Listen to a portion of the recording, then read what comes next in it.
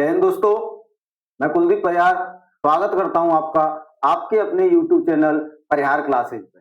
और आशा करता हूं आप सब मस्त होंगे, बढ़िया होंगे और मस्त तरीके से पढ़ाई कर रहे हो।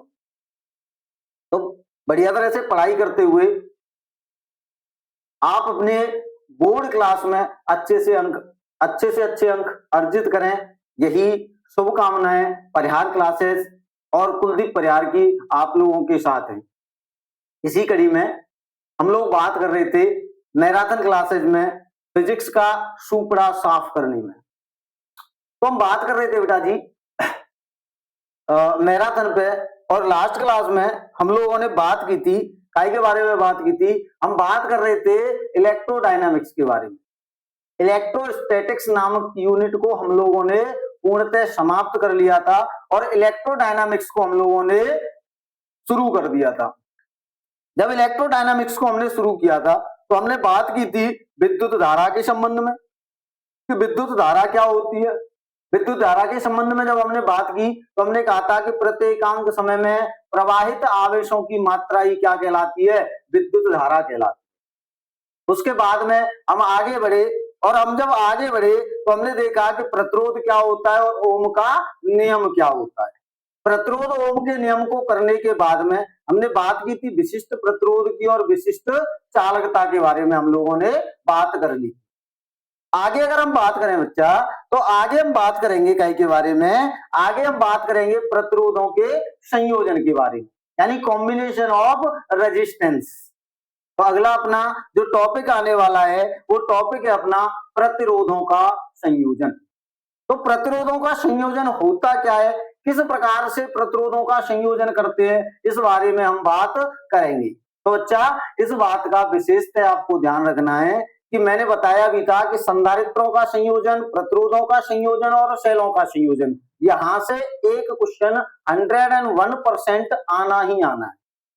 ठीक है, आ रही है समझ में। चलिए तो अपना अगला जो यूनिट है वो यूनिट है जी कौन, प्रतिरोधों का संयोजन। तो अगली कौन सी हो जाएगी अपने पास, प्रतिरोधों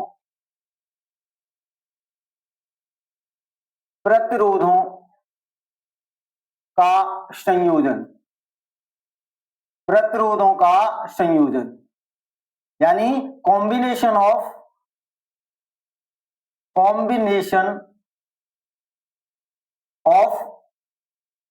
रेजिस्टेंस।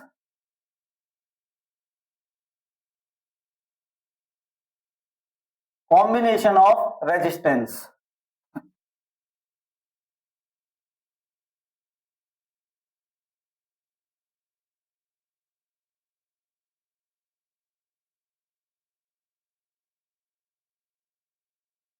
Combination of resistance. तो हम काय की बात कर रहे हैं बेटा, हम बात कर रहे हैं प्रतिरोधों के संयोजन की बात कर रहे हैं।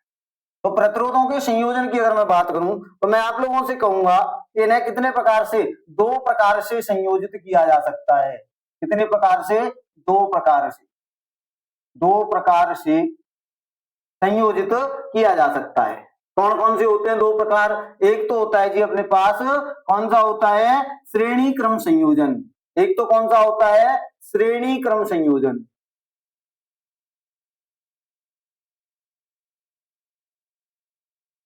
श्रेणी क्रम संयोजन ठीक है, कौन सा बेटा जी, श्रेणी क्रम संयोजन। तो श्रेणी क्रम संयोजन की अगर मैं बात करूं तो श्रेणी क्रम संयोजन होता क्या है, बेटा मेरी बात सुने। श्रेणी क्रम संयोजन में होता क्या है कि दो या दो से अधिक प्रतिरोधों का वह संयोजन, दो या दो से अधिक प्रतिरोधों का वह संयोजन जिसमें प्रत्येक प्रतिरोध के मध्य धारा तो समान रहती है परंतु विभव अलग अलग रहता है, ऐसा संयोजन क्या कहलाता है, श्रेणी क्रम संयोजन कहलाता है। सॉरी, क्या कहलाता है बच्चा, श्रेणी क्रम संयोजन। यही बात अगर मैं संधारित्र के लिए देखूं तो वहां आवेश समान रहता था परंतु विभव अलग अलग रहता। ठीक है, चलिए तो मैं अगर कहूंगा, मैं यहां से कहूंगा प्रतिरोधों के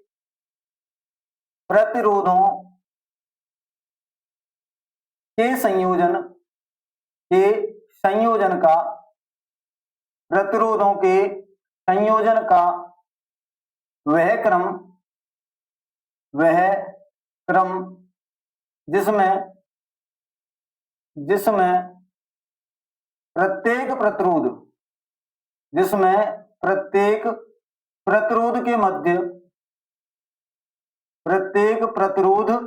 के मध्य धारा तो समान रहती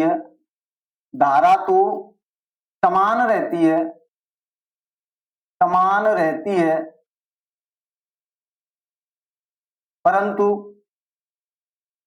परंतु विभव अलग अलग रहता है।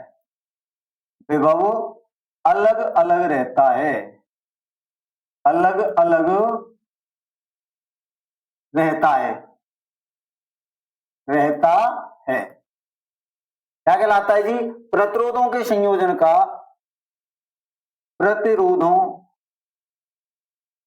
तो क्या लिखेंगे बेटा? श्रेणी क्रम संयोजन कहलाता है। श्रेणी क्रम संयोजन कहलाता है। क्या कहलाता है बेटा जी? श्रेणी क्रम संयोजन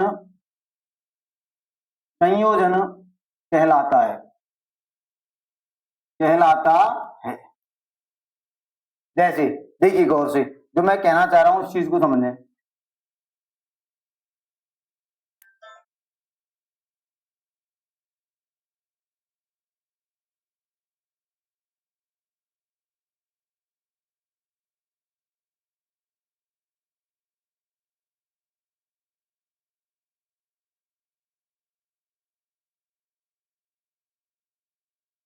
क्या कहलाता है बेटा जी? श्रेणी क्रम संयोजन कहलाता है। जैसे देखिए, मैं अगर बात करूं तो मैं कह रहा हूं कि मेरे पास ये एक प्रतिरोध है, इसके साथ ये दूसरा प्रतिरोध जुड़ा हुआ है और इसके साथ ये तीसरा प्रतिरोध जुड़ा हुआ है। ठीक है, ये तीन प्रतिरोध जुड़े हैं और इन तीनों प्रतिरोधों से मैंने इस प्रकार से क्या जोड़ रखा है? एक सेल जोड़ रखा है। क्या जोड़ रखा है बेटा? एक सेल, इस प्रकार से। तो जब ये जोड़ रखा है, आप लोग सभी जानते हैं ये सेल का ऋण सिरा होता है और ये कौन सा होता है? धन सिरा होता है। मैं अगर देखूं कि ये वाला जो प्रतिरोध है ये R1 है, इसका प्रतिरोध R2 है और ये कितना है? R3 है। अब देखना गौर से, मैं जब यहां से देखूं तो इस सेल का विभवांतर V वोल्ट था। कितना था जी? V वोल्ट विभवांतर था। कितना था? V वोल्ट था। V वोल्ट विभवांतर। और यहां से जो धारा निकल रही थी वो कितनी निकल रही है? I धारा निकल रही है। अब वो धारा यहां जाएगी, पहले तो कितनी? I, फिर यहां जाएगी वही धारा, फिर वही धारा यहां जाएगी और निकल के इस प्रकार से क्या करती रहेगी? चलती रहेगी। कितनी धारा? I। तो प्रत्येक में धारा कितनी गई है? I गई है। परंतु विभव क्या हो जाएगा? बट जाएगा। कुछ विभव इसमें चला जाएगा, मैं बोल देता हूं V1, कुछ इसमें चला जाएगा V2 और कुछ इसमें चला जाएगा V3। इस प्रकार से मैंने क्या बांट दिया जी? विभव जो V निकला था वो बांट दिया। अब यहां से सुनना गौर से, जो मैं कहना चाह रहा हूं, मैं आप लोगों से कह रहा हूं था ओम के नियम से। कैसे बच्चा? ओम के नियम से। ओम के नियम से। और ओम का नियम क्या कहता है? ओम के नियम से बात सुनेंगे गौर से। दिख रहा है ना सब? हाँ जी बिल्कुल। चलिए, तो मैं क्या बात कर रहा हूं? ओम के नियम से। ओम का नियम क्या कहता है? ओम का नियम कहता है V बराबर होता है जी IR। V बराबर कितना होता है? IR। इसको मान लो इक्वेशन फर्स्ट।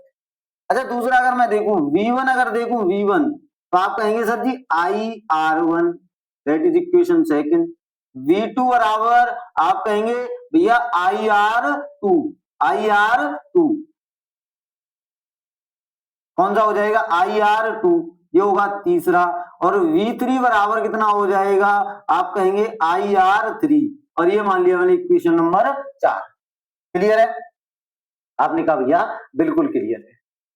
जब बिल्कुल क्लियर है तो आगे मैं क्या कह सकता हूं? मैं कह सकता हूं जी ये जो विभव है, ये वाला विभव, यही तो बटा है इन सब में। जब यही बटा है तो मैं ये नहीं कह सकता कि V बराबर कितना होगा? V1 plus V2 plus V3 होगा कि नहीं? आपने कहा बिल्कुल होगा। जब इतना सा होगा तो v की जगह पे मैं कर सकता हूं I R is equal to कितना आएगा I R one plus I R two plus I R three. मैं यहां से आई कॉमन ले सकता हूं तो यहां से क्या आएगा जी, ये आएगा I R is equal to, ये निकल के आएगा आई मैंने बाहर ले लिया, कितना आएगा R one plus R two plus R three plus plus इस प्रकार से हुआ कि नहीं। जब ये इस प्रकार से होगा तो मैं कहूंगा आई से आई गया, तो यहां जो आर निकल के आया है, ये जो आर निकल के आया है, क्या ये तुल्य आर नहीं होगा भाई, इन तो तीनों का तुल्य ही तो निकल के आ रहा है, तो मैं कहूंगा इक्विवेलेंट यानी तुल्य, आर तुल्य बराबर, तुल्य को इंग्लिश में बोलते हैं इक्विवेलेंट, तो ध्यान रखें आर तुल्य बराबर निकल के आएगा R one plus R two plus R three, कितना आएगा R one plus R two plus R three. अच्छा मेरी बात सुने, मैं कह रहा हूं कि यदि तीन प्रतिरोधों की जगह पे मैं चार प्रतिरोध इस प्रकार से जोड़ता तो मैं आता sir ji plus plus R four, अगर पांच जोड़ता तो प्लस आर फाइव, मैं अगर 50 जोड़ूं तो plus plus plus plus plus करता हुआ जाऊंगा। मैं कहूंगा मैं एन प्रतिरोधों को जोड़ दूं, मैं कहूं यदि यदि एन प्रतिरोध यदि एन प्रतिरोध जुड़े हों, अगर एन प्रतिरोध जुड़े होंगे तो क्या कंडीशन होगी, आप कहेंगे जी आर इक्विवेलेंट, भाई तुल्य बोल दो या इक्विवेलेंट बोल दो, बात एक ही है। आर इक्विवेलेंट बराबर आएगा अपने पास R one plus R two plus R three plus date date date dash plus R कितना हो जाएगा एन, और यही आपका क्या निकल के आएगा इक्विवेलेंट निकल, क्या निकल के आएगा इक्विवेलेंट यानी आर तुल्य निकल के आएगा कब, तब सर जी जब प्रतिरोध कैसे हो श्रेणी क्रम में। ठीक है, करिए एक बार नोट डाउन।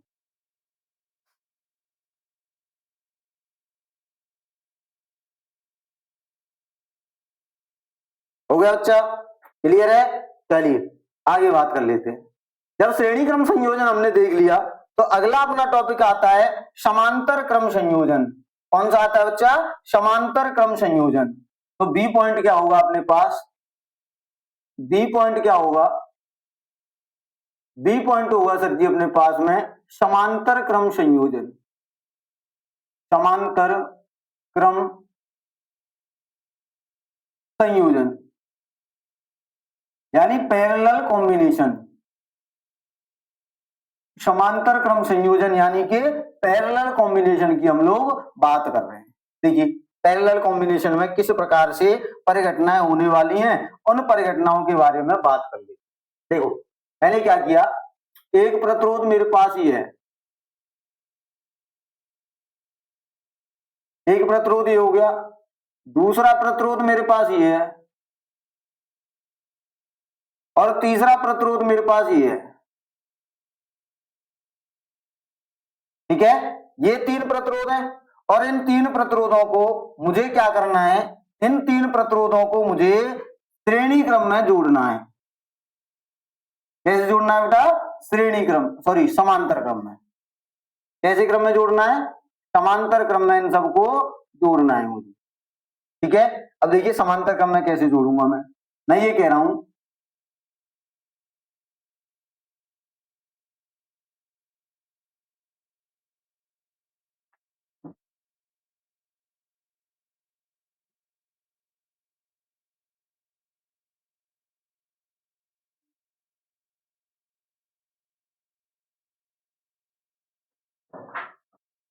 मुझे कैसे जोड़ना है, समांतर क्रम में जोड़ना है, और समांतर क्रम में अगर मैं जोड़ूंगा तो किस प्रकार से जोड़ूंगा, ऐसे जोड़ूंगा। देखिए इस प्रकार से मैंने इन्हें क्या कर दिया, समांतर क्रम में जोड़ दिया, और इनके साथ श्रेणी क्रम में, इनके साथ बेटा जी श्रेणी क्रम में मैं क्या कर रहा हूं, एक बैटरी जोड़ रहा हूं। क्या जोड़ रहा हूं, एक बैटरी जोड़ रहा हूं। देखिए किस प्रकार से मैं क्या कर रहा हूं, एक बैटरी जोड़ रहा हूं।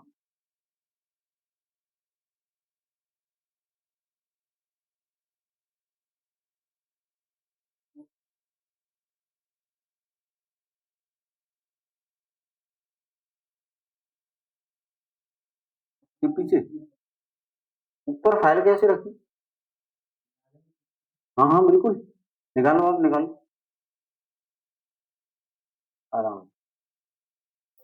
ठीक है, तो ये मैंने क्या किया बेटा, ये मैंने इसको इस प्रकार से जोड़ दिया।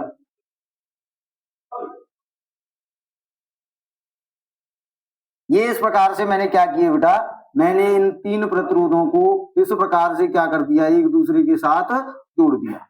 अब जैसे ही मैंने जोड़ा तो यहां क्या लगा दी मैंने, एक बैटरी लगा दी। क्या लगा दी बच्चा, एक बैटरी लगा दी। ये इसका ऋण सिरा है और ये धन सिरा है, गौर से समझिएगा।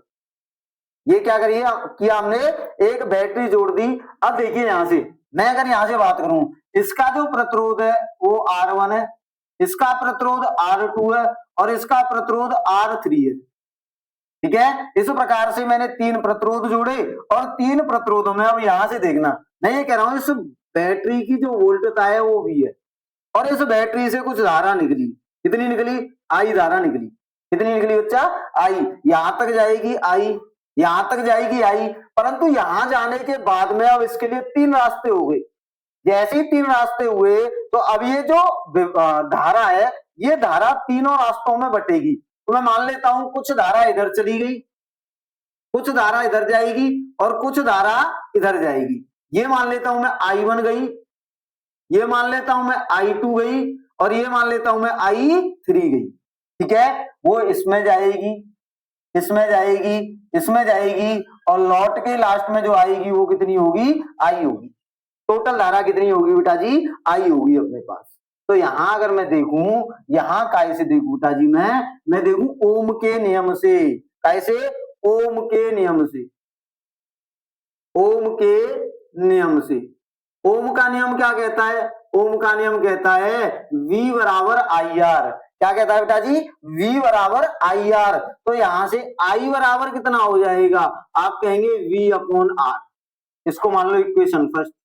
अच्छा, यहीं से अगर मैं देखूं I1 बराबर कितना होगा? आप कहेंगे V अपॉन R1। मैं अगर आप लोगों से कहूं, मैं क्या कहूं आप लोगों से, इसको मान लो दूसरा, मैं आपसे कहूं I2 बराबर, आप कहेंगे V अपॉन R2 और मैं कहूं I3 बराबर कितना होगा? आप कहेंगे V upon R3। That is equation fourth. अब यहां से देखना गौर से, जो चीजें मैं आपको समझा रहा हूं उस चीज को समझिएगा। मैं ये कह रहा हूं बेटा, ये कंडीशन जैसी ही आई तो अब एक बात बताना, ये वाली जो आई है वही तो इन सब में बटी है भाई, ये वाली आई बटी है। तो मैं यहां से ये कह सकता हूं, मैं क्या कह सकता हूं कि आई बराबर I1 plus I2 plus I3। इसको अगर देखें तो आई की जगह पे कितना आएगा? V upon R is equal to V upon R1 plus V upon R2 plus V upon कितना जी? V upon R3। यही तो होगा, बताइए। तो यहां से अगर मैं कहूं था कि V upon R is equal to, V यहां से मैं कॉमन ले लूं, अंदर कितना बचेगा? यहां बचेगा 1 upon R1 plus 1 upon R2 plus 1 upon R3। यहां V से V गया तो यहां बचेगा 1 अपॉन R, और जो R है ना वो R तुल्य है। R कैसा निकल के आया? तुल्य R निकल के आया, और वो काय के बराबर आया? ये आया 1 upon R1 plus 1 upon R2 plus 1 upon R3 के बराबर। कितना आया बच्चा? 1 अपॉन R3 के बराबर। हाँ बोल दो जल्दी से, आ रही है बात समझ में? आपने कहा बिल्कुल समझ में आ रही है। जैसे ही ये बात हमने की तो आगे हम क्या कह सकते हैं? मैं यहां से कह सकता हूं कि सर जी तीन की जगह पे अगर मैं ज्यादा प्रतिरोधों को जोड़ दूं तो मैं कहूंगा यदि, मैं क्या कहूंगा बेटा जी यहां से, यदि n प्रतिरोध, कौन से बेटा जी? कितने? n प्रतिरोध जुड़े हों। यदि कितने जुड़े हों बेटा जी? यदि n प्रतिरोध जुड़े हों, और n प्रतिरोध अगर समांतर क्रम में जुड़े होंगे तो इनके लिए 1 अपॉन R तुल्य बराबर कितना आएगा? आप कहेंगे sir ji 1 upon R1 plus 1 upon R2 plus 1/r3 plus date date date date date dash कितना आएगा प्लस 1/r ऑफ n। जितने प्रतिरोध आपको जोड़ने हैं उन सबको क्या करते चलेंगे, बट्टे में इस प्रकार से जोड़ते हुए चलेंगे। तो ये वाला जो क्रम है, ये वाला जो क्रम है वो कौन सा है, समांतर क्रम है।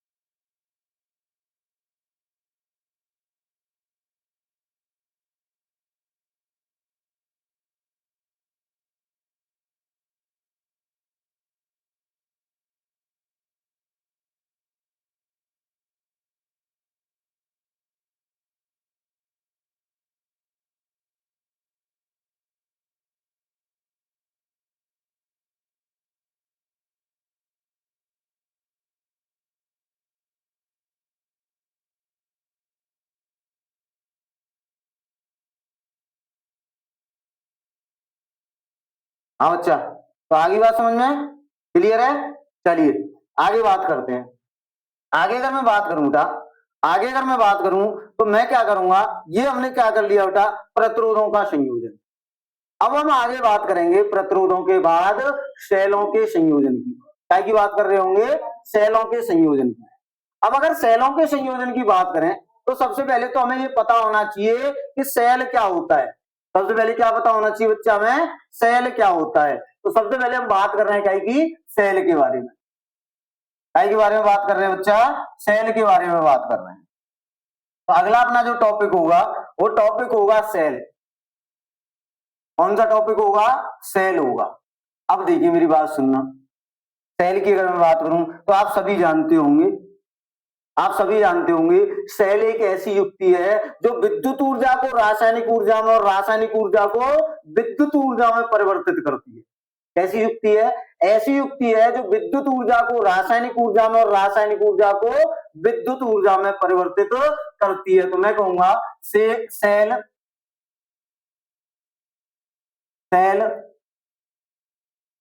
एक ऐसी युक्ति है, एक ऐसी युक्ति है, ऐसी युक्ति है, युक्ति है जो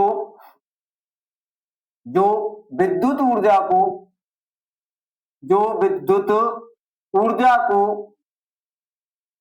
विद्युत ऊर्जा को रासायनिक ऊर्जा में, विद्युत ऊर्जा को रासायनिक ऊर्जा में, विद्युत ऊर्जा को रासायनिक रासायनिक ऊर्जा में, ऊर्जा में तथा तथा रासायनिक ऊर्जा को, रासायनिक ऊर्जा को, ऊर्जा को विद्युत ऊर्जा में, रासायनिक ऊर्जा को कहें बेटा जी विद्युत ऊर्जा में, विद्युत ऊर्जा में, ऊर्जा में परिवर्तित करती है, परिवर्तित करती है, करती है, विद्युत सेल कहलाता है। विद्युत सेल, विद्युत सेल कहलाता है, विद्युत सेल कहलाता कहलाता है। अब मेरी बात सुने, विद्युत सेल होते हैं बेटा दो प्रकार के होते हैं। विद्युत सेल कितने प्रकार के होते हैं? 2 प्रकार के होते हैं। एक तो होता है प्राइमरी सेल और दूसरा होता है सेकेंडरी सेल। एक तो प्राइमरी यानी प्राथमिक सेल और एक होता है सेकेंडरी यानी कि द्वितीयक सेल।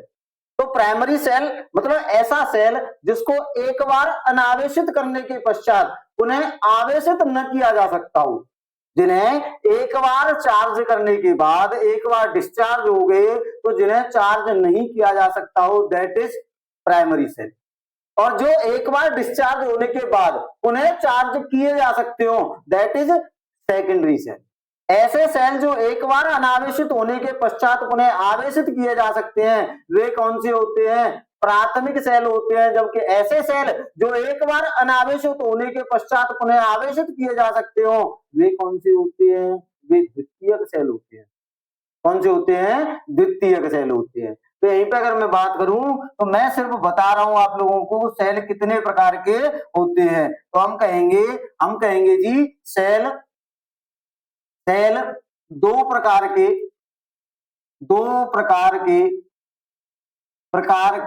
होते हैं।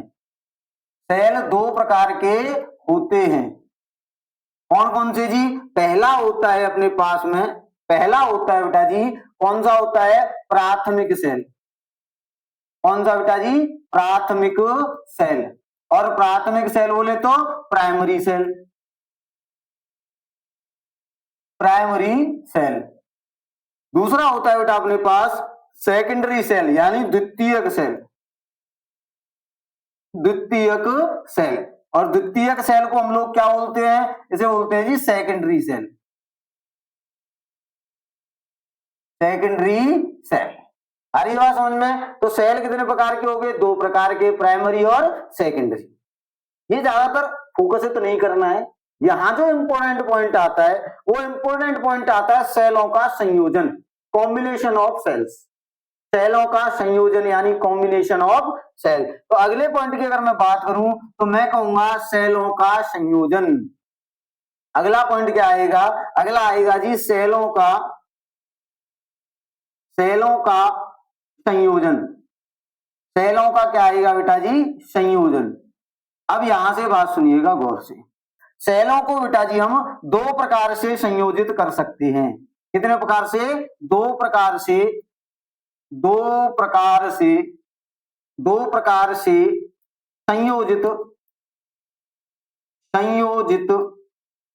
संयोजित यानी कॉम्बिनेशन, संयोजित कर सकते हैं। सेलों को कितने प्रकार से संयोजित कर सकते हैं बेटा जी? 2 प्रकार से। पहला कौन सा होता है इसमें? पहला कौन सा होता है? तो आप कहेंगे पहला होता है जी श्रेणी क्रम संयोजन। कौन सा? श्रेणी क्रम संयोजन, श्रेणी क्रम संयोजन। और दूसरा होता है अपने पास में, दूसरा होता है जी अपने पास समांतर क्रम संयोजन, समांतर क्रम संयोजन, समांतर क्रम संयोजन। ठीक है, आ रही बात समझ में? तो सेलों को हम कितने प्रकार से संयोजित कर सकते हैं? तो आप कहेंगे 2 प्रकार से कर सकते हैं सर जी। एक तो होता है सीरीज कॉम्बिनेशन और एक होता है पैरेलल कॉम्बिनेशन, यानी श्रेणी क्रम संयोजन और समांतर क्रम संयोजन। क्लियर है? चलिए यहां तक एक बार।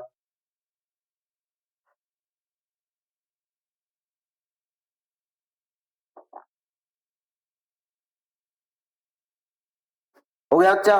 क्लियर है? चलिए तो हम बात कर लेते हैं अब आगे पॉइंट की। अगर हम बात करें तो अगला पॉइंट आता है अपने पास में, सबसे पहला और मोस्ट इंपोर्टेंट पॉइंट कौन सा है? सेलों का श्रेणी क्रम संयोजन। कौन सा आएगा जी? ये आएगा बेटा सेलों का श्रेणी क्रम संयोजन। कौन सा बच्चा? श्रेणी क्रम संयोजन, सेलों का श्रेणी क्रम संयोजन। और ध्यान रखना सेलों का संयोजन इंपोर्टेंट पॉइंट की श्रेणी में आता है। मैं आपको पहले ही बता चुका हूं कि संधारित्रों का, प्रतिरोधों का और सेलों का संयोजन, यहां से क्वेश्चन आना ही आना है। अब कौन सा आएगा वो डिपेंड करेगा कौन सा आपके पास सेट है। ठीक है, चलिए तो मैं यहां से अगर कहूं सेलों का श्रेणी क्रम संयोजन, अब इस पॉइंट को समझिएगा गौर से। ठीक है, देखिए मैं ये कह रहा हूं कि आपके पास एक सेल है,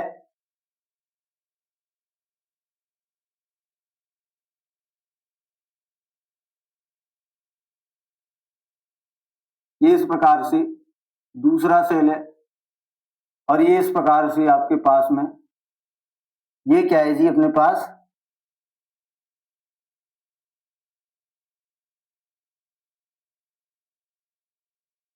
तीसरा सेल है। ये तीन मैंने ऐसे करके जोड़ रखे हैं श्रेणी क्रम में, और यहां से देखें ये इसके साथ में क्या कर रखा है जी मैंने क्या कर रखा है, इसके साथ श्रेणी क्रम में एक प्रतिरोध जोड़ रखा है। सेल जोड़ रखे हैं तो सेल से कोई प्रतिरोध ही तो चला रहे होंगे, कोई इलेक्ट्रिक इंस्ट्रूमेंट ही तो चला रहे होंगे। ये मैंने क्या कर रखा है, कोई प्रतिरोध जोड़ रखा है इस प्रकार से।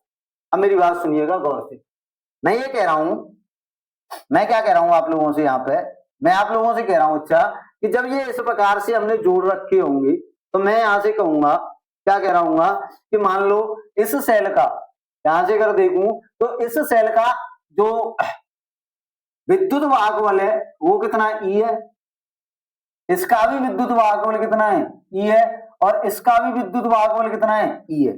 भाई समान प्रकृति के मैंने कितने, तीन सेल जोड़ रखे, समान प्रकृति के कितने बेटा जी, तीन सेल जोड़ रखे।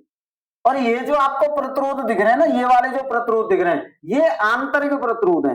कैसे प्रतिरोध है ये, आंतरिक प्रतिरोध। तो यहाँ पे इसका जो आंतरिक प्रतिरोध है वो कितना है, R1 है, ये इसका आंतरिक प्रतिरोध R2 है, और इसका आंतरिक प्रतिरोध R3 है, और ये जो प्रतिरोध है ये कितना है अपने पास, R है। ये वाला जो प्रतिरोध है ये कितना है अपने पास में, ये R है साहब, ये कितना है अपने पास, R प्रतिरोध। तो इस प्रकार से ये क्या हुए हैं बेटा, जुड़े हुए हैं। जब ये इस प्रकार से जुड़े हुए हैं तो यहां से क्या होगा बेटा, धारा निकल के आएगी आई, क्या निकल के आएगी, आई धारा निकल के आएगी। और वो कैसे आएगी, देखिए यहां से धारा आ रही होगी, कुछ इसमें से आ रही होगी, कुछ इसमें से आ रही होगी, और जो धारा आ रही है वो आई आ रही है, और वो इसमें होके निकल के जा रही है आई धारा, और वो इस प्रकार से इस पूरे परिपथ में क्या हो रही है, घूम रही है। तो यहां से आपसे कहेगा, यहां से क्या कहेगा बेटा जी, यहां से मैं अगर कहूं तो मैं कह सकता हूं कि आपको टोटल धारा अगर निकालनी हो, परिपथ में बहने वाली अगर कुल धारा आपको निकालनी हो तो आप कहेंगे कि परिपथ में बहने वाली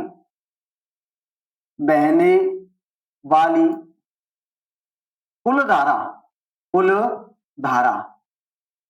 परिपथ में बहने वाली टोटल जो इलेक्ट्रिक करंट है वो कितना होगा, तो आप कहेंगे कुल धारा बराबर क्या होगा जी, धारा बराबर क्या होता है, विभव बट्टे में प्रतिरोध।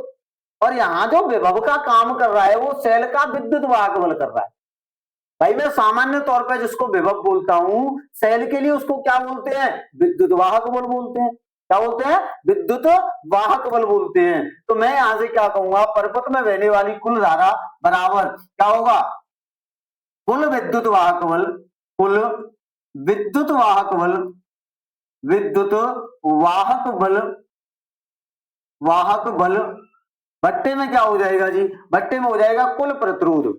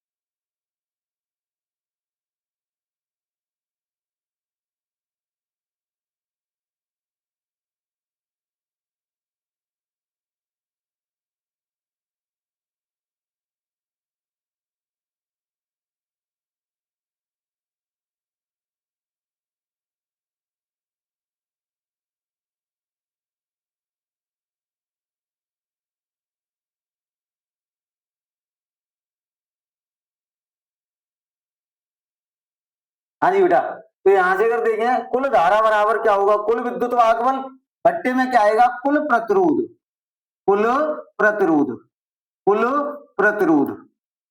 तो इसको अगर मैं देखूं तो कुल धारा आई बराबर ठीक है कुल विद्युत वाहकबल कितना होगा भाई, एक का अगर ई है तो तीन का कितना होगा, तीन ई। तो मैं अगर कहूं कि यहाँ तीन नहीं सब चार जुड़े हैं तो चार ई, पांच जुड़े हैं तो पांच ई, अगर एन जुड़े हैं तो एन ई होगा।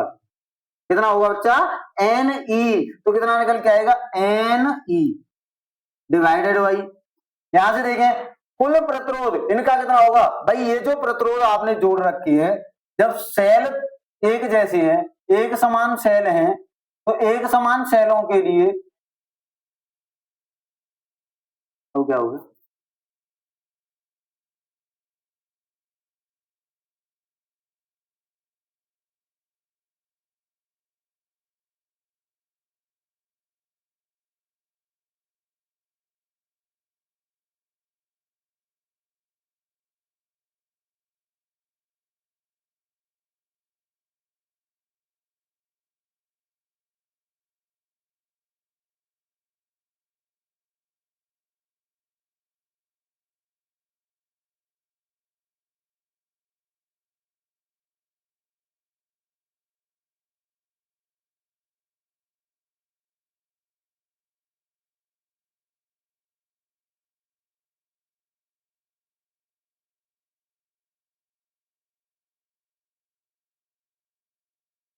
हाँ बच्चा।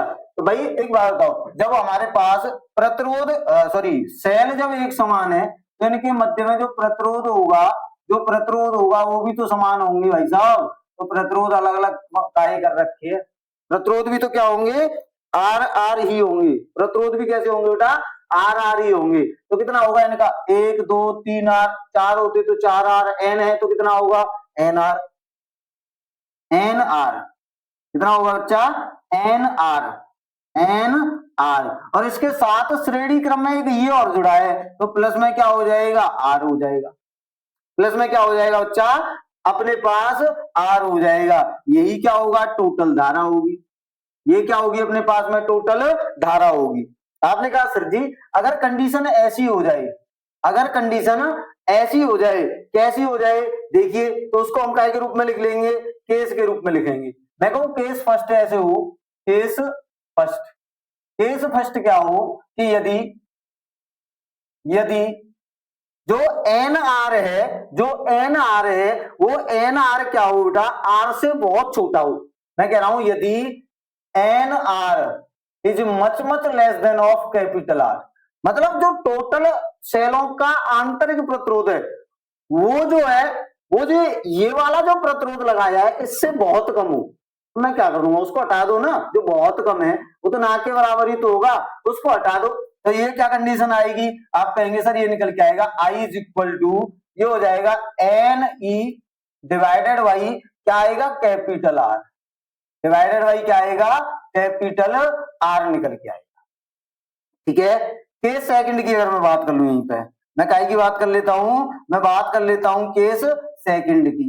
केस सेकंड क्या होगा, केस सेकंड होगा कि यदि कंडीशन ऐसी हो, if n r is much much greater than of capital R, भाई सेलों के आंतरिक प्रतिरोध का जो योग है वो अलग से जो प्रतिरोध लगाया है उससे क्या हो, बहुत ज्यादा हो, बहुत ज्यादा होगा। तो फिर हम क्या कर देंगे, small r sorry capital R को ही हटा दो, तो क्या निकल के आएगा, आई बराबर ये निकल के आएगा साहब n E divided by N r, n r. और मैंने कहा एन से एन गया तो यहां से आई बराबर निकल के आएगा अपने पास ई अपॉन आर। आई बराबर कितना आएगा बच्चा, ई अपॉन आर। क्लियर है, यहां तक किसी को कोई डाउट, कोई दिक्कत, कोई परेशानी? आपने कहा सर कोई दिक्कत कोई परेशानी नहीं है। जब कोई दिक्कत कोई परेशानी नहीं है तो एक बार इसको क्या करेंगे, नोट डाउन करेंगे।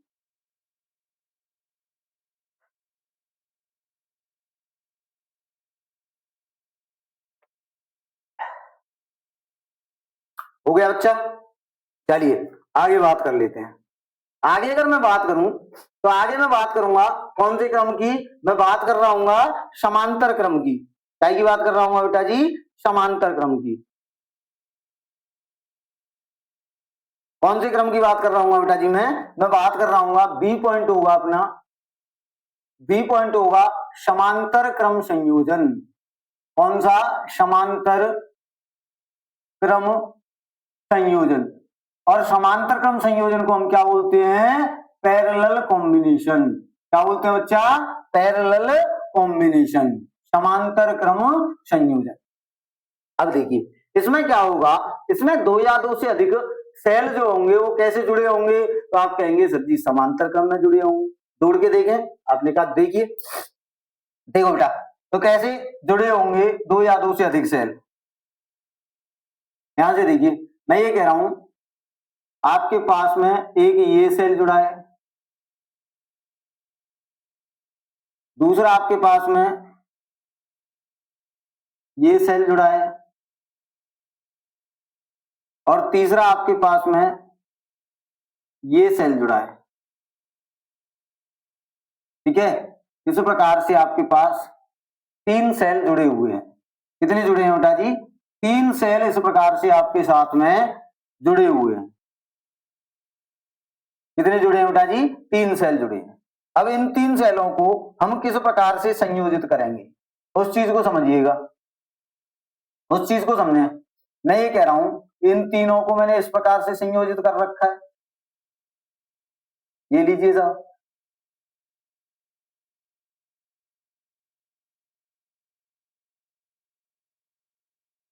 और इसके साथ में इस प्रकार से इसको मैं ये कह रहा हूं इसको ऐसे करके इसके साथ इसको और इसके साथ में इसको इस प्रकार से संयोजित कर रखा है, और इनके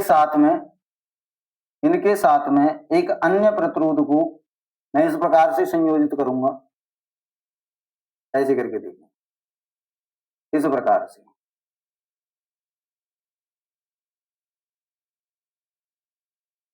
इस प्रकार से मैंने क्या कर रखा है? संयोजित कर रखा है, और यहां क्या है? एक अन्य प्रतिरोध जुड़ा है। क्या जुड़ा है बेटा जी? अन्य प्रतिरोध। अब मेरी बात सुनना गौर से, जो मैं कहना चाह रहा हूं, मैं कह रहा हूं इस सेल का विद्युत वाहकबल ई होगा, इसका भी ई होगा, और इसका भी कितना होगा? ई। मैं ये कह रहा हूं कि इसका कितना होगा? आंतरिक प्रतिरोध आर, इसका भी आर, और इसका भी आर, और इसका आंतरिक जो बाहरी प्रतिरोध मैंने जोड़ रखा है वो कितना है अपने पास? कैपिटल आर है। कितना आ रहा है बेटा जी? कैपिटल आर है। अब मेरी बात सुनना गौर से, जो मैं कहना चाह रहा हूं, जो मैं कहना चाह रहा हूं उस चीज को क्या करेंगे? गौर से समझेंगे।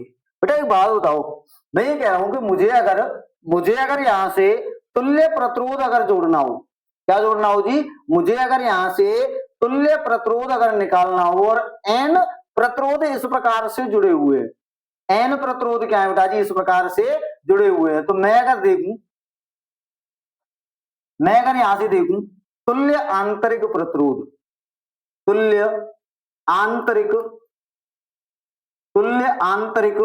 प्रतिरोध, तुल्य आंतरिक मुझे क्या निकालना है बेटा जी? प्रतिरोध निकालना है। तो मैं क्या कहूंगा भाई, समांतर क्रम में जुड़ी हैं तो 1/r तुल्य, या फिर मैं ऐसे बोल दूं 1/r डैश बोल देता हूं भाई। तुल्य की मैंने क्या बोल दिया? 1/r डैश बराबर कितना आएगा? आप कहेंगे सर जी ये तो निकल के आएगा अपने पास, कितना आएगा अपने पास? बराबर में 1/r plus 1/r plus 1/r plus dash कितने? n पदों तक जोड़ेंगे कि नहीं भाई? n जुड़े हुए हैं तो n पदों तक इनका योग होगा कि नहीं होगा? बता दो, आ रही बात समझ में? तो यहां से अगर मैं कहूं कि सर जी 1/r डैश बराबर, भाई एक बात बताओ, नीचे वाली संख्याएं अगर सेम हो सारी की सारी तो नीचे वो संख्या लिख दी जाती है, और ऊपर वे सारी की सारी संख्याएं जुड़ जाती हैं, तो कितना आएगा? 1 + 1 + 1 प्लस कितने? n पदों तक जोड़ेंगे कि नहीं? n पदों तक ये करेंगे कि नहीं? तो आपने कहा बिल्कुल। अच्छा एक बात बताओ, अगर तीन संख्याओं को, तीन को जोड़ू मैं, 1 + 1 + 1, 3 बार 1 को जोड़ू तो कितना आएगा? 3। 5 बार जोड़ू तो 5, 50 बार जोड़ू तो 50। अच्छा मैं 3 को ये नहीं कह सकता 3 × 1, 5 × 1, 50 × 1, 100 × 1। तो अगर n जोड़ रहे हैं तो कितना आएगा, n आएगा कि नहीं।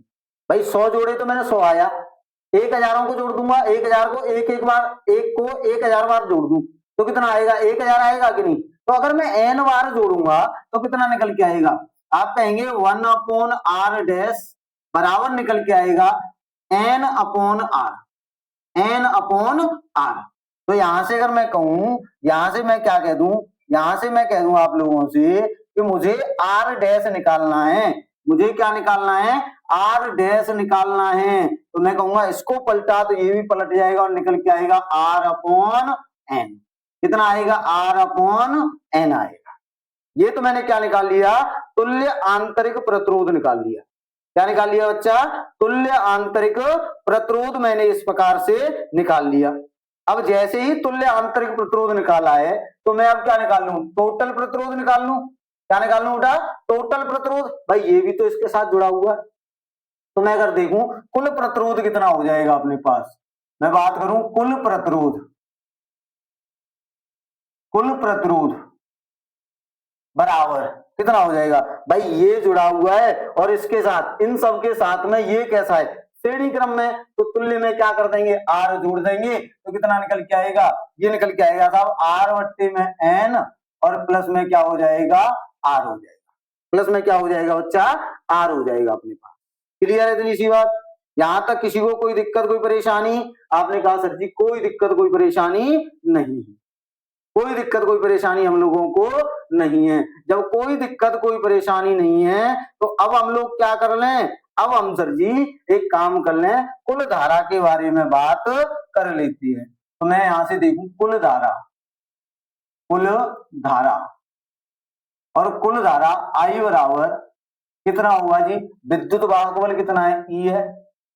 भाई समांतर क्रम में विद्युत वाहक बल तो सेम रहता है, ई अपॉन कितना होगा, कितना आएगा जी, कुल प्रतिरोध कितना, आर बट्टे में एन और प्लस में कितना हो जाएगा, आर हो जाएगा। इसको आगे अगर मैं करूं तो ये निकल के आएगा आई बराबर, ये हो जाएगा ई डिवाइडेड बाई, ये हो जाएगा r plus n r divided by n. मैंने इसको क्या कर लिया, सॉल्व कर लिया बस नीचे वाली संख्या को। तो इसको अगर मैं सोल्व करूं तो तीसरी संख्या ऊपर पहुंचेगी तो आई बराबर निकल के आएगा अपने पास N E divided by N R plus में क्या आएगा, आर, एन आर प्लस में क्या आ जाएगा, स्मॉल आर आ जाएगा। और यही क्या होगा आपके पास, तुल्य धारा होगी। क्या होगी बेटा जी, तुल्य धारा। अब आप कहेंगे सर जी उसमें तो आपने केस कराए थे, क्या यहां नहीं कराओगे, बिल्कुल कराएंगे बेटा जी, बिल्कुल कराएंगे। मैं कह दूं कंडीशन ऐसी हो जाए, मैं आप लोगों से क्या कह दूं, मैं आप लोगों से कह दूं बेटा कंडीशन ऐसी हो जाए, क्या हो जाए, केस फर्स्ट है अपने पास, केस फर्स्ट। और केस फर्स्ट कहता है कि यदि यदि क्या हो बेटा जी, जो एन आर है, एन आर है वो much much greater than of R हो, much much greater than of R. तो मैं क्या करूंगा, स्मॉल आर को तो गोली मारो ना, फिर हटाओ। इसको अगर हटाएंगे तो यहां से आई बराबर निकल के आएगा, कितना आएगा बच्चा, ये आएगा n E divided by N r. और यहां से मैं कहूंगा एन से एन गया तो आई बराबर निकल के आएगा अपने पास ई अपॉन आर। क्या निकल के आएगा, ई अपॉन आर निकल के आएगा। क्लियर। इसी के साथ अगर मैं बात कर लूं केस सेकंड की, क्या की बात कर लेता हूं बेटा, केस सेकंड। तो केस सेकंड क्या कह रहा है, केस सेकंड कहेगा हम लोगों से, ये कह रहा होगा जी कि यदि यदि n r is much much less than of small r, n are है वो स्मॉल आर से क्या हो, बहुत छोटा हो, तो एन आर को हटाओ ना तो कितना निकल के आएगा, आई बराबर निकल के आएगा सर जी अपने पास कितना हो जाएगा, ये हो जाएगा जी कितना, एन ई डिवाइडेड बाई कितना हो जाएगा, small r, n E divided by small r हो जाएगा। क्लियर है, चलिए करिए एक बार नोट डाउन।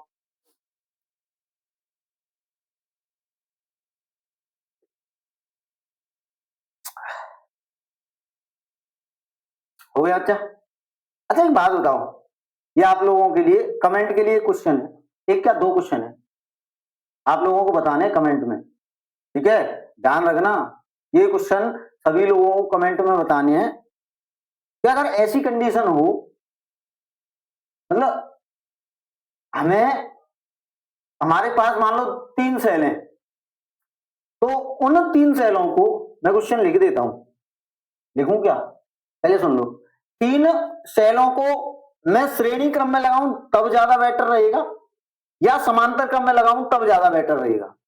मतलब मेरे पास 3 सेल हैं और 3 सेलों को मुझे संयोजित करना है, तो कौन सा ज्यादा सूटेबल रहेगा, श्रेणी क्रम संयोजन ज्यादा सूटेबल रहेगा या समांतर क्रम संयोजन? एक क्वेश्चन तो ये है। दूसरा क्वेश्चन है कि जो प्रतिरोध हमने जोड़े थे ना, अभी थोड़ी देर पहले हमने प्रतिरोधों को जोड़ा था, तो प्रतिरोधों के संयोजन का श्रेणी क्रम संयोजन हमारे घरों में यूज होता है या समांतर क्रम संयोजन? प्रतिरोधों का मतलब समझते हो, जितने बार आपके इलेक्ट्रिक इंस्ट्रूमेंट होते हैं, जैसे बल्ब हो गया, टीवी हो गया, पंखा हो गया, कूलर हो गया, ये सब के सब प्रतिरोध है। तो हमारे घरों में जो प्रतिरोध जुड़े होते हैं, जो टीवी, फ्रिज, कूलर वगैरह ये जो जुड़े होते हैं, वो श्रेणी क्रम में जुड़े होते हैं कि समांतर क्रम? तो ये 2 क्वेश्चन है, इन दोनों क्वेश्चनों के जवाब आप लोगों को कमेंट में देने हैं, ठीक है, क्लियर है? चलिए हम बात कर लेते हैं जी, आगे बात करें। तो ये हमारा क्या हो गया, ये हो गया जी सेलों का संयोजन। क्या हो गया बच्चा? सेलों का संयोजन हो गया। अब जैसे ही सेलों का संयोजन हुआ, तो इस यूनिट में एक महत्वपूर्ण टॉपिक और आता है, किरचॉफ के नियम।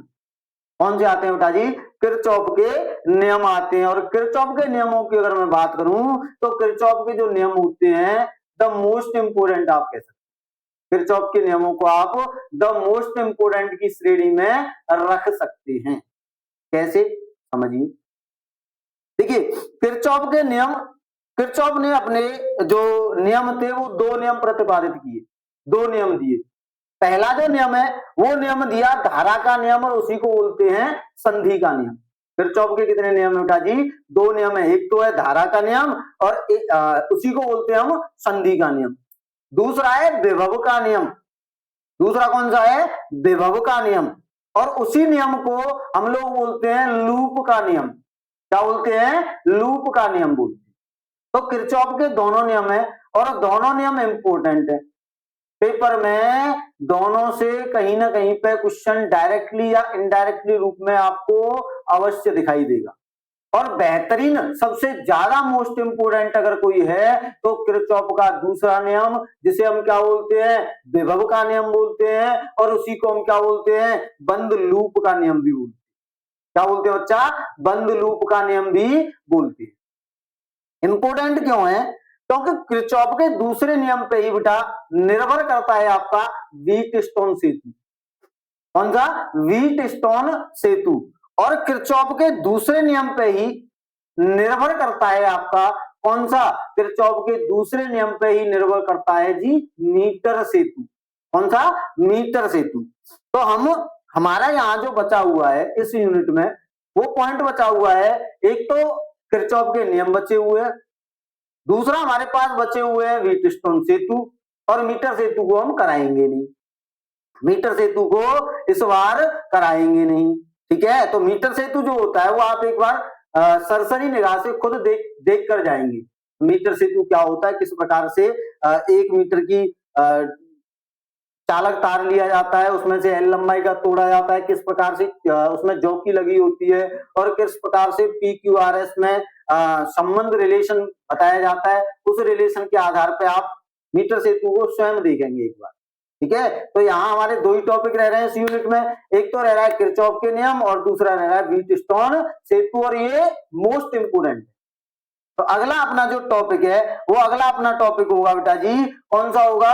अगला अपना टॉपिक हो जाएगा यहाँ पे किरचॉफ के नियम। कौन सा हो जाएगा? किरचॉफ के नियम।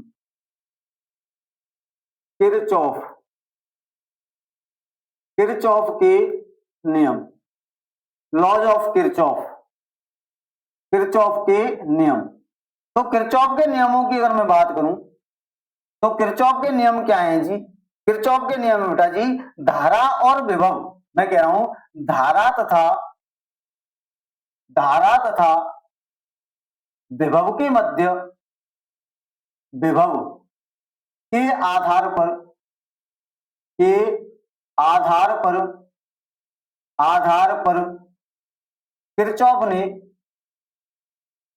किरचॉफ, और ध्यान रखना कहीं कहीं पर ये किरखॉफ भी दिख जाएगा आपको। क्या दिख जाएगा? इसका नाम किरखॉफ भी दिखाई देता है। एनसीईआरटी जो एनसीईआरटी है उस एनसीईआरटी में किरचॉफ की जगह पे क्या लिखा है?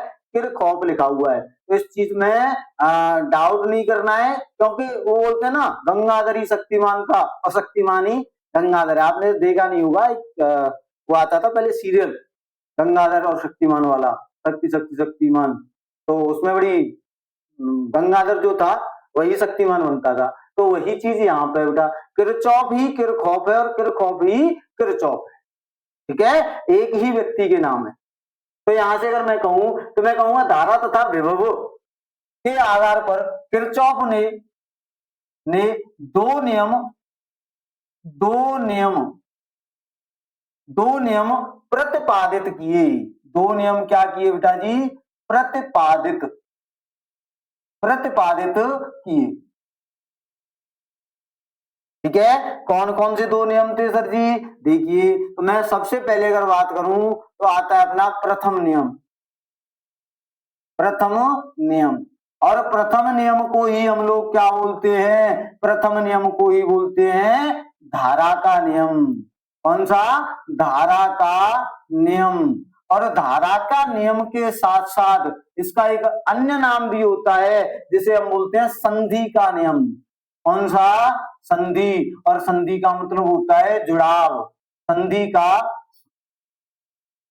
का नियम ध्यान रखना। तो किरचॉफ के पहले नियम के कितने नाम है? 3 नाम है सर जी। कितने नाम है बेटा जी? 3 नाम है। कौन कौन सा नियम? धारा का नियम। कौन सा हो जाएगा? धारा का नियम हो जाएगा। धारा के नियम के साथ साथ इसका नाम, अन्य नाम क्या हो जाएगा? इसका नाम संधि का नियम हो जाएगा। संधि का मतलब होता है जुड़ाव, जोड़ है। करते थे ना पहले जमाने में, जैसे बेसन की संधि हुई, तो 2 या 2 से अधिक लोग जब आपस में जुड़ जाते हैं, मिल जाते हैं, तो उसे क्या बोलते हैं? हम संधि बोलते हैं। क्या बोलते हैं? संधि बोलते हैं। और इसको भी संधि का नियम क्यों बोलते हैं? देखो, ये कहता है कि कहीं से धाराएं आ रही है, 2 या 2 से अधिक धाराएं आ रही हैं, वे धाराएं एक जगह पर जुड़ी और वहां से 2 या 2 से अधिक धाराएं निकल रही हैं, तो एक जगह पे इकट्ठा होके तभी तो वो निकलने लगी। या फिर एक धारा आ रही थी, उसी धारा को हम 2-3 हिस्सों में बांट देते हैं, तो यही नियम क्या कहलाता है? संधि का नियम कहलाता है। और ये नियम कहता है कि आने वाली धारा बराबर जाने वाली धारा। क्या होता है जी? आने वाली धारा बराबर जाने वाली धारा। तो मैं यहां से मैं कहूंगा बेटा जी, मैं क्या कह रहा हूं आप लोगों से, इस नियम के अनुसार, इस नियम के अनुसार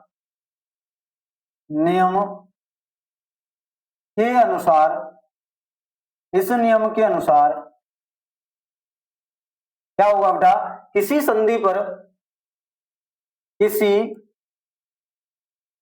पर संधि मतलब जोड़, किसी संधि पर आने वाली तथा जाने वाली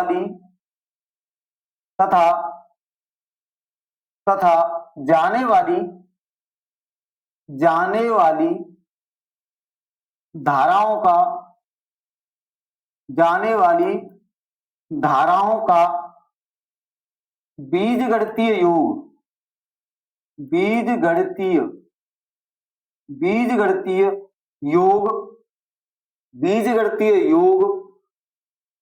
शून्य होता है। बीजगणितीय योग शून्य होता है। आने वाली तथा जाने वाली धाराओं का बीजगणितीय योग क्या होता है बेटा? शून्य होता है। अर्थात जितनी धारा आएगी वो पूरी की पूरी निकल जाएगी। आगे बात समझ में क्लियर है? देखिए, जैसे मैं अगर बात करूंगा आप लोगों से, मैं क्या करूं आप लोगों से बात करूं कि मान लो एक धारा हमारे पास ऐसे करके आ रही, एक धारा हमारे पास इस प्रकार से आ रही थी। कितनी धारा आ रही थी जी? आपने कहा सर जी आई धारा आ रही है। कितनी आ रही है हमारे पास? आई धारा। कितनी आ रही है? आई धारा आ रही है मान लो किसी तार में।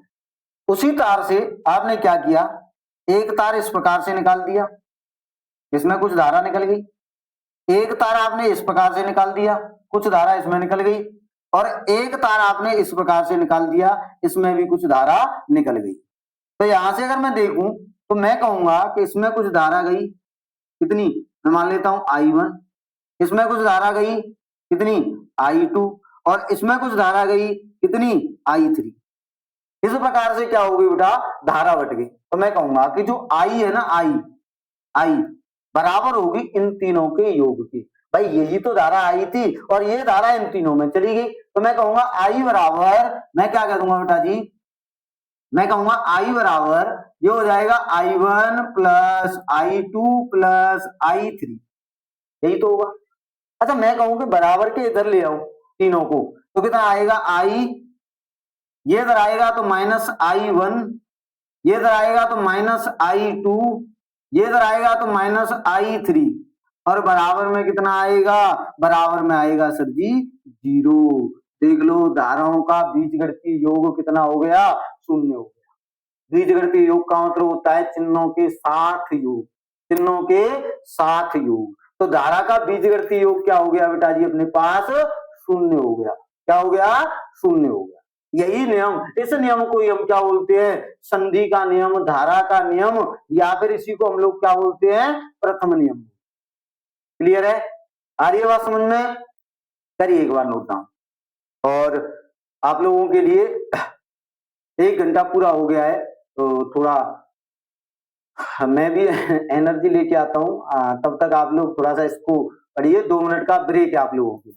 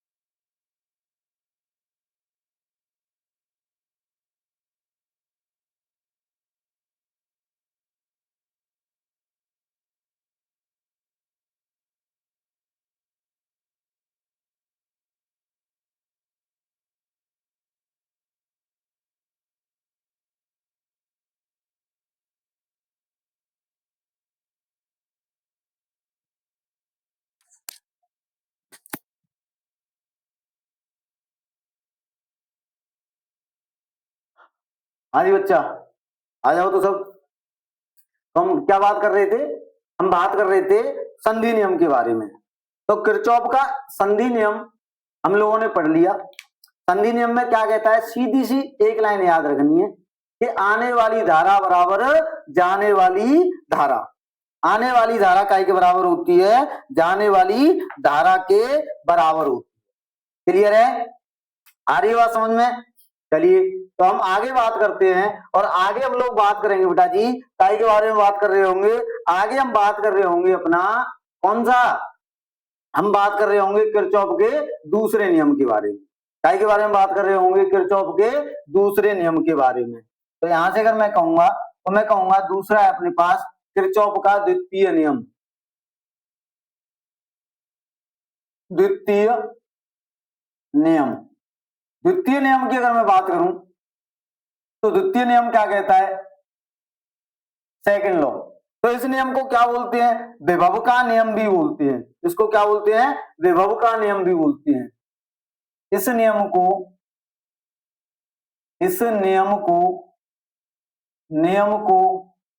विभव का या विद्युत वाहक बल का, ध्यान रखना बच्चा, ठीक है। इस नियम को हम लोग क्या बोलते हैं? इस नियम को विभव का नियम, विभव का नियम,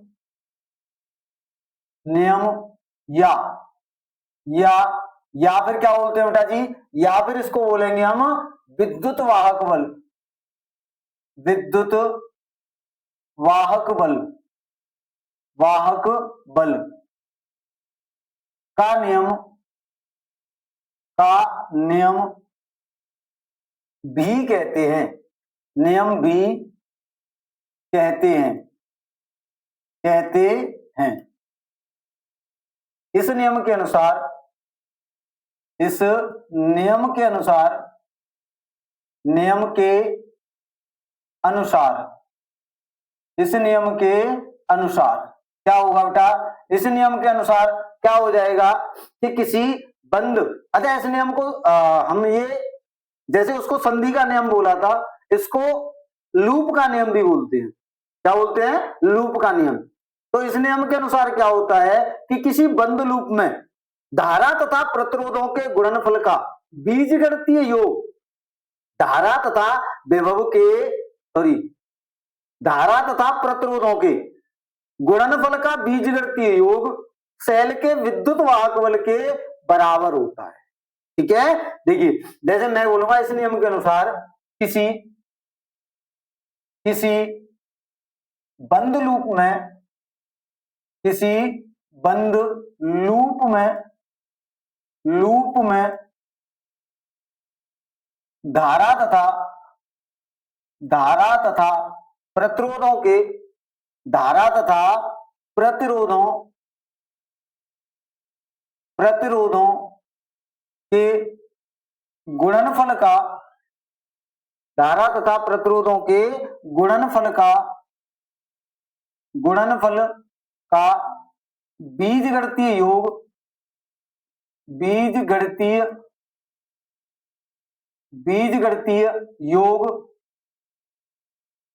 सेल के विद्युत वाहक बल के, सेल के विद्युत वाहक बल के, विद्युत वाहक बल के, वाहक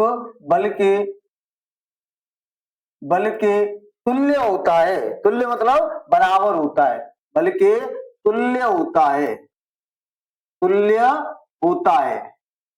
ठीक है बच्चा, तो ये क्या होता है कि किसी बंद लूप में धारा तथा प्रतिरोधों के गुणनफल का बीजगणितीय योग सेल के विद्युत वाहक बल के तुल्य होता है। ठीक है, तो यहां से अगर मैं कहूं इस चीज को समझें, अब इस चीज को अगर हम समझें तो किस प्रकार से समझेंगे? देखिए मैं कहूं कि मैंने इस प्रकार से आप लोगों के समक्ष एक कंडीशन बना रखी है कि इस प्रकार से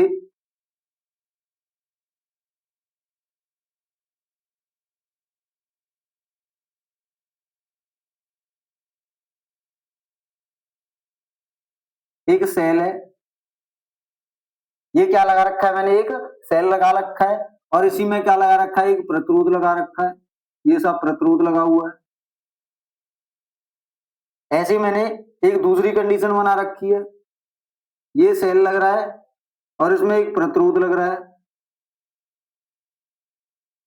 ठीक है। एक तीसरी कंडीशन और बना रखी है जिसमें मैंने क्या लगा रखा है, सिर्फ प्रतिरोध लगा रखा है। सिर्फ क्या लगा रखा है बेटा जी, प्रतिरोध लगा रखा है। अब देखिए कंडीशन क्या आएगी, अब देखिएगा कंडीशन किस प्रकार से हम देखेंगे। देखिए यहां से जैसे मैं इसको अगर देखूं, मैं इसको क्या कर रहा हूं, एक बंद लूप का निर्माण कर रहा हूं। काय का निर्माण कर रहा हूं जी, एक बंद लूप का निर्माण कर रहा हूं। यहां से अगर मैं देखूं तो मैं कहूंगा कि मैं मान लेता हूं इस सेल का विद्युत वाहकबल E1 है और ये प्रतिरोध जो है वो R1 है। यहां से मैं कहता हूं इसका विद्युत वाहकबल E2 है और ये जो प्रतिरोध है ये R2 है और ये जो प्रतिरोध मैंने लगा रखा है, ये प्रतिरोध मैंने लगा रखा है R3। कौन सा प्रतिरोध लगा रखा है बच्चों, मैंने R3 लगा रखा है। अब यहां से देखिए कंडीशन क्या होगी, ओम का नियम क्या, सॉरी किरचॉफ का नियम हम लोगों से क्या कहता है। देखो मैं अगर देखूं, मैं इसको नाम दे देता हूं, मैं कहता हूं ये पॉइंट ए है, ये अपने पास बी है, ये सी है, ये डी है, ये ई है और ये वाला पॉइंट एफ है। गौर से समझिएगा, बड़ा इंपॉर्टेंट पॉइंट है और यहां से क्वेश्चन फंसता ही फंसता है। तो यहां से अगर मैं देखूं तो मैं बात कर लूं, सबसे पहले काय के बारे में बात करूं, मैं कहूं बंद लूप। बंद लूप, बंद लूप कौन सा वाला, मैं कहूं A B C F A. इस लूप में मैं इस प्रकार से चल रहा हूं, मैं कैसे चल रहा हूं, ऐसे करके चल रहा हूं, ध्यान रखना, ऐसे करके है ना, ऐसे करके चल रहा हूं मैं। तो यहां से देखें भाई, यहां से कोई धारा उत्पन्न हो रही होगी जिसको मैं मान लेता हूं कि यहां से धारा आ रही है I1, कितनी I1। अब यहां से भी कोई धारा निकल रही होगी और उस धारा को मैं बोल देता हूं कितनी, I2। कितनी बोल देता हूं, I2।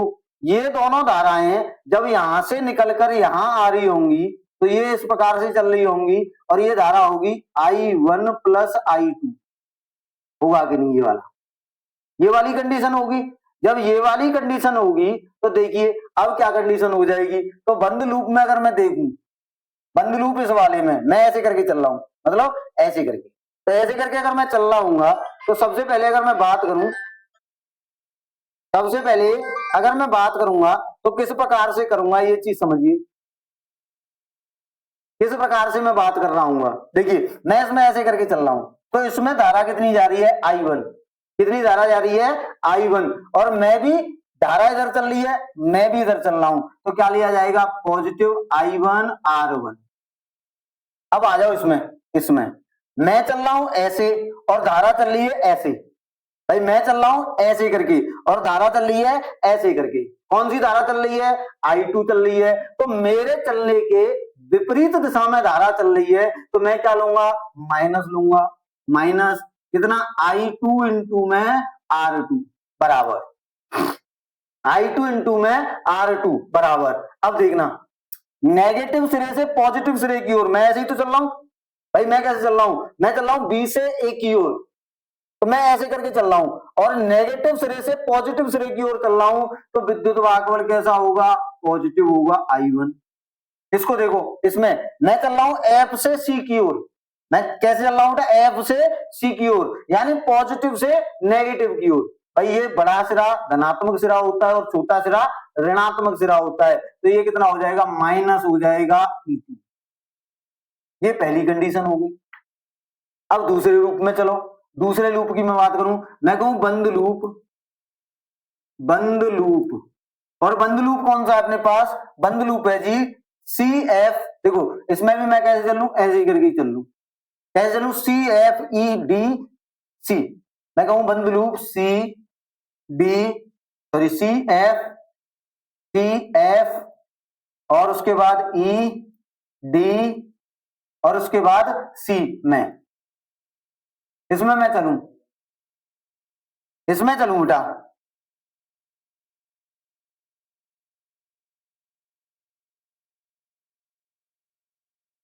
चेंज कर लेता हूं मैं, है ना। यहां से देखें, मैं कहूं बंद लूप कौन सा, CF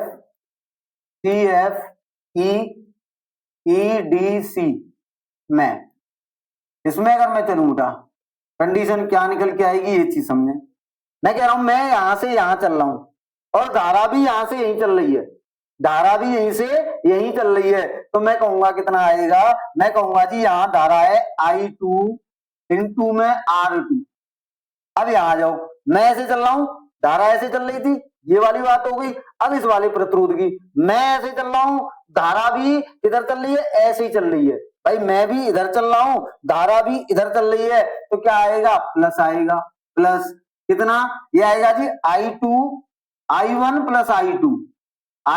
प्लस I2 इंटू में क्या हो जाएगा, इंटू में R3 बराबर बराबर। इस वाले में देखो अब विद्युत भागफल, इसमें इस वाले लूप में एक ही तो सेल लगा हुआ है, तो इसका विद्युत भागफल देखो पॉजिटिव आएगा कि नेगेटिव। मैं कैसे चल रहा हूं, इधर से इधर, यानी नेगेटिव से पॉजिटिव सिरे की ओर चल रहा हूं, तो कैसा आएगा, पॉजिटिव आएगा, बराबर में कितना हो जाएगा, E2 हो जाएगा। और यही आपका नियम जो है वो कौन सा है, किरचॉफ का बंद लूप का नियम या विद्युत वाहक बल का नियम, किरचॉफ का बंद लूप का नियम या विद्युत वाहक बल का नियम। क्लियर है तो इसी बात, यहां तक किसी को कोई डाउट, कोई दिक्कत, कोई परेशानी नहीं है। तो एक बार क्या करेंगे, नोट डाउन करेंगे, करिए।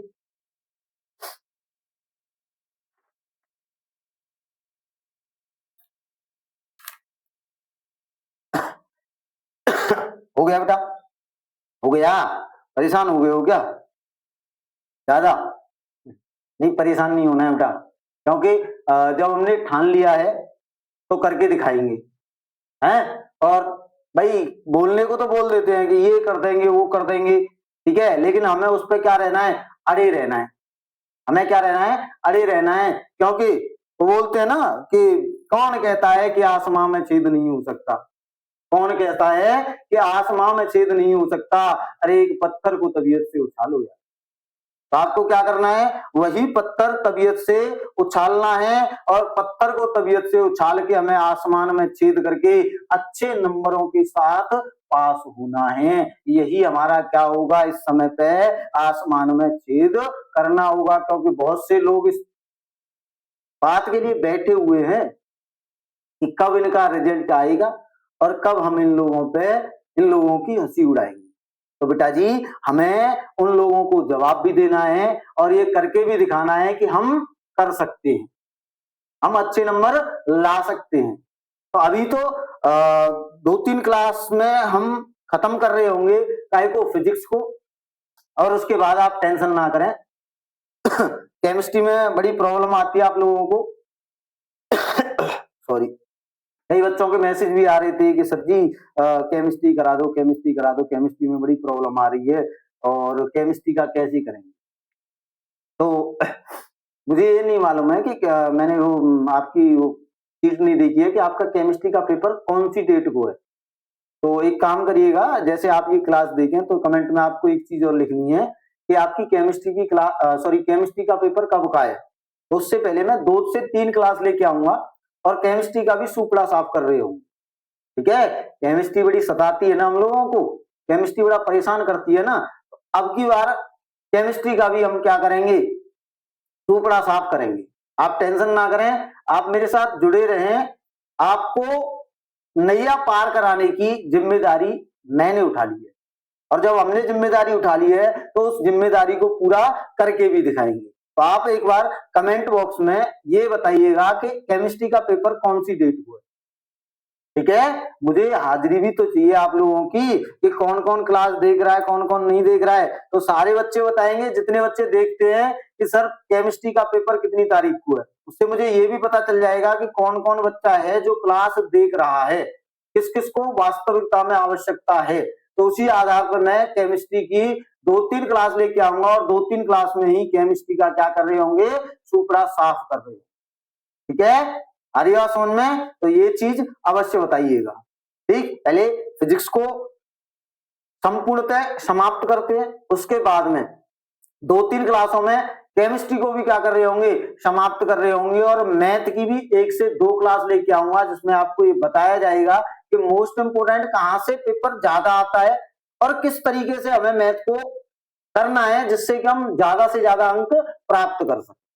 ठीक है, आ रही है बात समझ में? तो पीसीएम की जिम्मेदारी हम लेते हैं, लेकिन उसके लिए आप लोगों को हमारा साथ देना पड़ेगा, ज्यादा से ज्यादा वीडियो को शेयर करना पड़ेगा जिससे कि ज्यादा से ज्यादा बच्चों के पास पहुंचे। उससे हमें भी, ऐसा नहीं है कि हम लोग ये कह रहे हो कि नहीं जी हमें आप लोगों से कोई कुछ नहीं चाहिए, चाहिए लाइक चाहिए, कमेंट चाहिए, शेयर चाहिए, सब्सक्राइब चाहिए।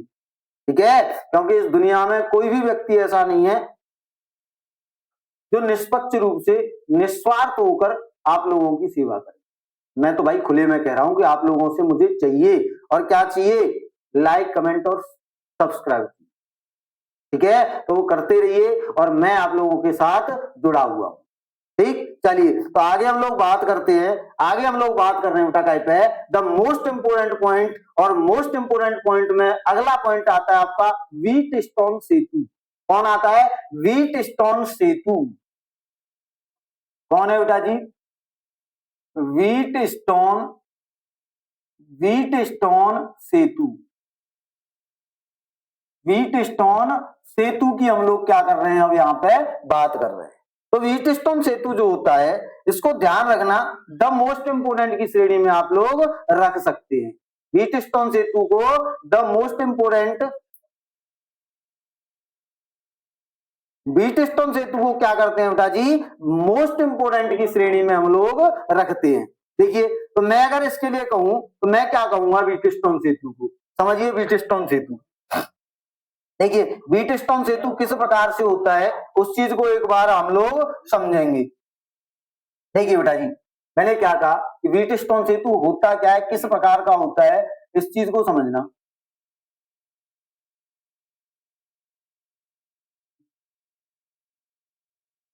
इस प्रकार से मैं क्या कर रहा हूं, एक व्हीट स्टोन सेतु का निर्माण कर रहा हूं। मैं क्या कर रहा हूं बेटा जी, एक व्हीट स्टोन सेतु का निर्माण कर रहा हूं। किस प्रकार से निर्माण कर रहा हूं उस चीज को आप समझिएगा। देखिए यहां से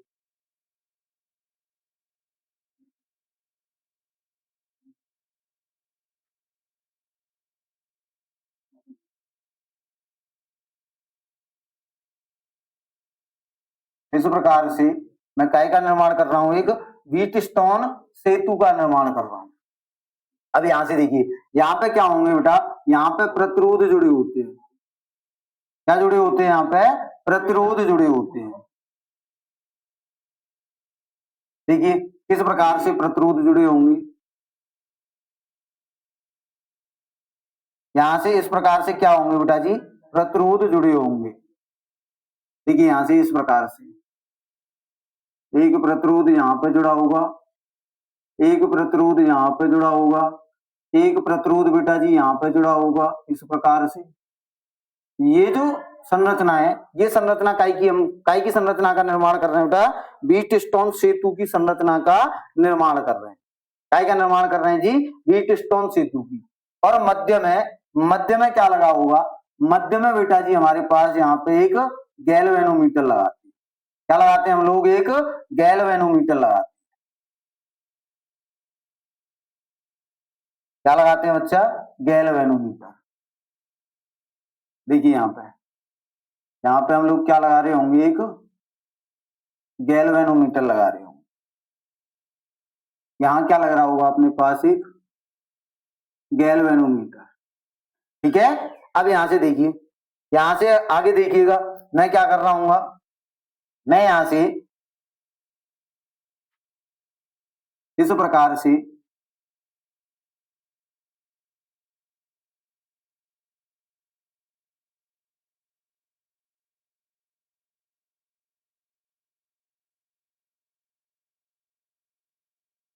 ऐसे करके देखिए, मैं क्या कर रहा हूँ बेटा, मैं यहाँ पे क्या कर रहा हूँ, एक गैल्वेनोमीटर का निर्माण कर रहा हूँ। क्या का निर्माण कर रहा हूँ बेटा, एक गैल्वेनोमीटर का।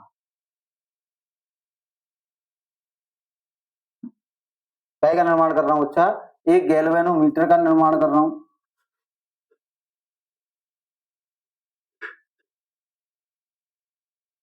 देखिए यहां से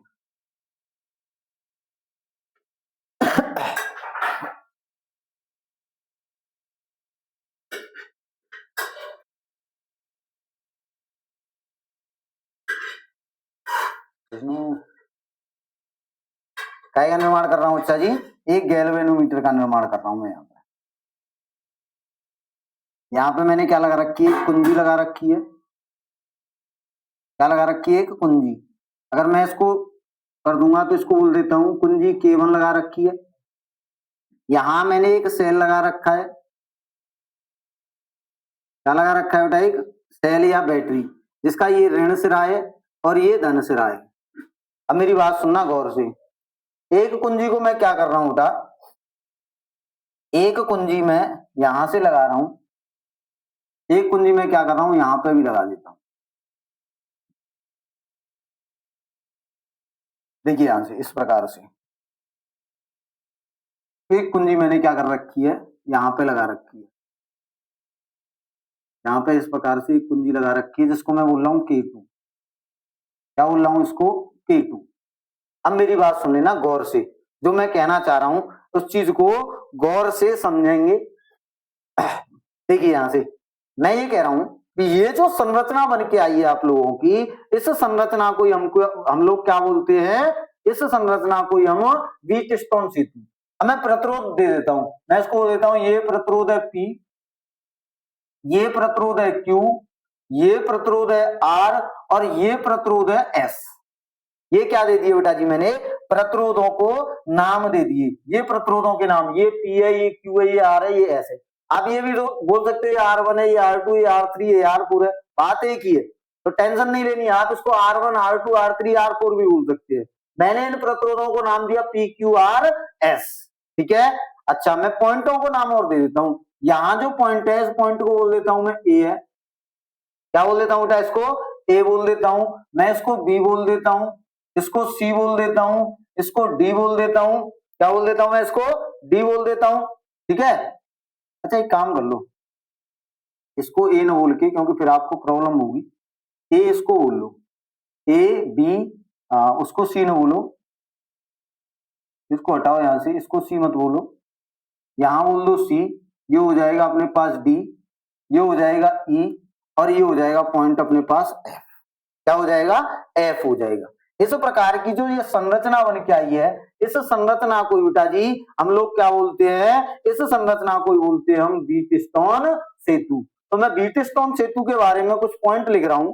मैं कह रहा हूं, ठीक है, व्हीटस्टोन सेतु, व्हीटस्टोन सेतु, व्हीटस्टोन सेतु में चार प्रतिरोध, में चार प्रतिरोध, चार प्रतिरोध, प्रतिरोध जुड़े होते हैं, जुड़े होते हैं, होते हैं। कितने जुड़े होते हैं बेटा जी? चार प्रतिरोध जुड़े होते हैं, जो जो समांतर चतुर्भुज, समांतर चतुर्भुज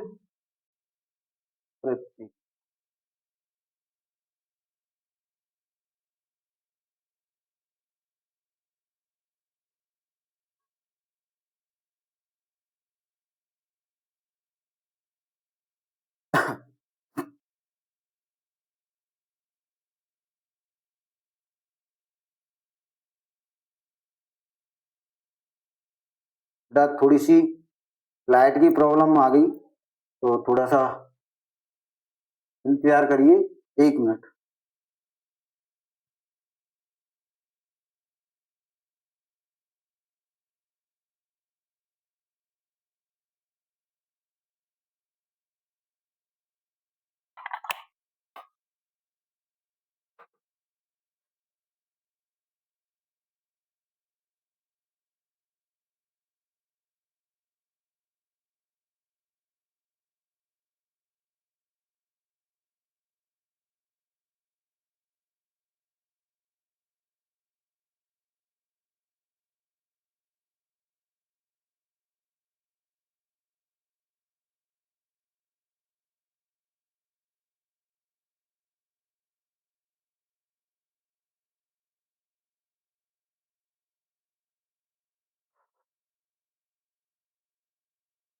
बेटा आज की क्लास को यहीं पे विराम करते हैं। थोड़ी सी टेक्निकल प्रॉब्लम आ गई है, तो ये जो है व्हीटस्टोन सेतु आपका लास्ट टॉपिक है इसका। वैसे भी ये खत्म होने वाली है, ये यूनिट भी आपकी क्या होगी, खत्म। तो कल हम व्हीटस्टोन सेतु को खत्म कर रहे होंगे और उसके बाद में मैग्नेट नाम की जो यूनिट है उस यूनिट को क्या कर रहे होंगे, स्टार्ट कर रहे होंगे। तो आज के लिए इतना ही रखेंगे। पढ़ते रहे, मस्त रहें और टेंशन ना करें। आज के लिए इतना ही। जय हिंद, जय भारत, जय मां सरस्वती।